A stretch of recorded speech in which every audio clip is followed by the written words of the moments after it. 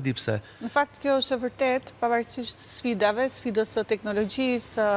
të e-bookut apo të inteligjencës artificiale tashmë, ne shohim edhe me panajirin e librit që sapo lam pas, numri i botimeve të reja, sfida e botuesve për të ardhur me botimet më bashkëkohore, autorëve shqiptarë për të rendur dhe për të botuar librat e tyre, edhe ju erdhët me një libër të rinë të panajere dhe shumë urime për botimin edhe temën e zgjedhur, temë shumë interesante. Kështu që pavarësisht kësaj sfide globale, le të themi që teknologjia apo koha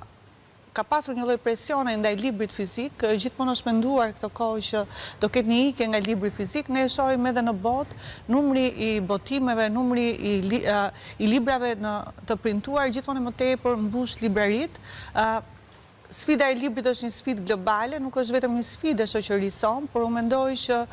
në këtë sfidë ne gjithë duhet bëhemi bashkë, duke nisur nga jo vetëm institucionet, besoj por edhe familja, shoqëria ka një rol të jashtëzakonshëm pikërisht në luftën, në thonë se le të themi ndaj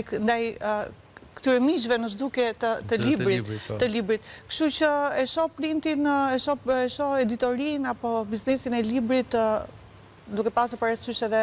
tregun e librit botëror e shoh në rritje dhe duket sikur teknologjia vetëm e ka pasuruar këtë treg, e ka futur drejt një sfide që e ka përmirësuar le të themi dhe e ka bërë ndoshta edhe më të fortë. Rita është botuese, e sheh, edhe besoj që edhe Rita në këtë panajër erdhi me goxha botime të reja.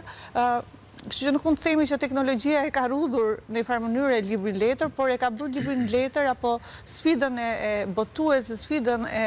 punëtorëve le të themi të fjalës e ka bërë më të fortë. Rita